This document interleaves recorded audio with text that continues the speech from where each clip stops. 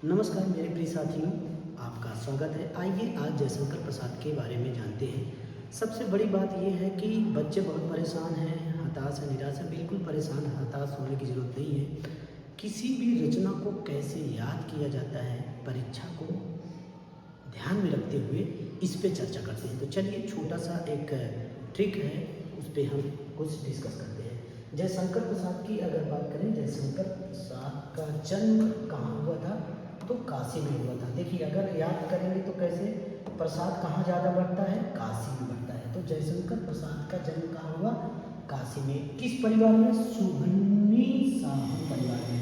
किस परिवार में? सुघनी साहू परिवार में। निधन की बात करें तो 1937 में निधन हुआ और जन्म की अगर बात करें तो 1889 में इनका जन्म हुआ। पिता का नाम देवी प्रसाद था। देखिए अगर प्रसाद आप अगर बांटते हैं तो देवी के लिए बांटा जाता है। तो देवी कौन थे? इनके पिता थे, देवी लगा हुआ है। और मुन्नी कौन थी? मुन्नी इनकी माता थी। तो याद कैसे होगा? प्रसाद जब बांटा जाता है तो देवी के लिए बांटा जाता है, तो देवी प्रसाद इनके पिता हो गए। और छोटी सी बच्ची है, याद कर लीजिए, मुन्नी नाम है। मुन्नी क्या कर रही है? प्रसाद बांट रही है। तो जयशंकर प्रसाद के माता पिता के बारे में आपने याद कर लिया। फिर जयशंकर प्रसाद के उपनाम कैसे याद होंगे? अगर उपनाम की बात करें तो इनका कलाधर नाम था।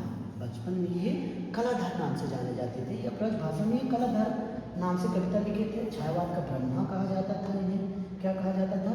छायावाद का ब्रह्मा कहा जाता था। झारखंडी नाम से प्रसिद्ध थे। आधुनिक कविता का सुमेरु कहा जाता था। तो जयशंकर प्रसाद कलाधर से प्रसिद्ध थे, छायावाद का ब्रह्मा कहा जाता था, झारखंडी कहा जाता था, और आधुनिक कविता का सुमेरु कहा जाता था। ये तो बहुत प्रचलित नाम है। छायावाद का ब्रह्मा आप जानते हैं, झारखंडी ये भी है। तो ये थोड़ा सा एक है, आधुनिक कविता का सुमेरु कहा जाता था। देखिए जहाँ प्रसाद बटेगा, जहाँ शंकर होगा, शंकर कहाँ बसते थे? पर्वत पर, सुमेरु पर बढ़ते थे, ऊंचाइयों पर बैठते थे, इसलिए ये याद हो जाएगा। चलिए आगे चलते हैं। अगर बात करें जयशंकर प्रसाद की प्रथम उनकी किसकी कविता की बात करें, प्रथम छायावादी शैली की बात करें, ये कैसे याद होगा? देखिए ये बहुत आसान तरीके से आप याद कर सकते हैं। कैसे याद होगा ये देखिए अगर कहें कि जयशंकर प्रसाद की प्रथम कविता, प्रथम बार सावन आप देखते हैं तो क्या हो जाते हैं? प्रथम पंचम। प्रथम मतलब सावक पंचम। कौन सा? सावक पंचम। सावन प्रथम बार आप देखते हैं तो आप खुश हो जाते हैं। पांचों इंद्रियां आपकी क्या हो जाती हैं? सुखमय हो जाती है। इसलिए सावन पंचम इनकी प्रसाद की प्रथम कविता है। अगर छायावादी शैली जुड़ जाए, छायावादी शैली की प्रथम कविता पूछ ले तो प्रथम प्रभात। देखिए यहाँ पर ट्रिक, जब सूर्य निकलता है, प्रभात होता है तो छाया पड़ता है। तो प्रथम प्रभात अगर बात करेगा, छाया जुड़ जाएगा, तो ये इनकी छायावादी शैली की प्रथम जो कविता हो जाएगी, प्रथम प्रभात। और अगर छायावाद नहीं जुड़ेगा, शैली नहीं जुड़ेगी, जयशंकर की प्रथम कविता अगर पूछ लेगा तो सावन पंचक हो जाएगा। इस तरह याद कर सकते हैं। अगर पुस्तकाकार के रूप में पूछ ले, पुस्तकाकार के रूप में जयशंकर प्रसाद की प्रथम रचना कौन है? उर्वशी। देखिए उर्वशी बहुत पुस्तक पढ़ती है। आजकल जो लड़कियां होती हैं बहुत पुस्तक पढ़ती हैं, तो उर्वशी क्या हो जाएगा? पुस्तकाकार की इनकी प्रथम रचना है। फिर खड़ी बोली में रचित प्रथम काव्य संकलन, ये बहुत पूछा जाता है और ये बहुत इंपॉर्टेंट है, कानन कुसुम। देखिए खड़ी बोली, खड़ी में लिखा गया है कानन कुसुम, ये खड़ी बोली में है कानन कुसुम। कुसुम भी खड़ी बोली में है। तो ये खड़ी बोली की प्रथम काव्य संकलन अगर पूछेगा तो कानन कुसुम। प्रथम कहानी ग्राम है, प्रथम नाटक सज्जन है, और प्रथम उपन्यास कंकाल है।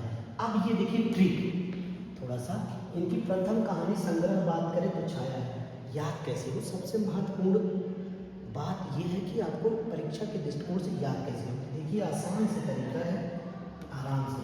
प्रथम बार ग्राम के सज्जन लोग कंकाल की छाया देखने गए।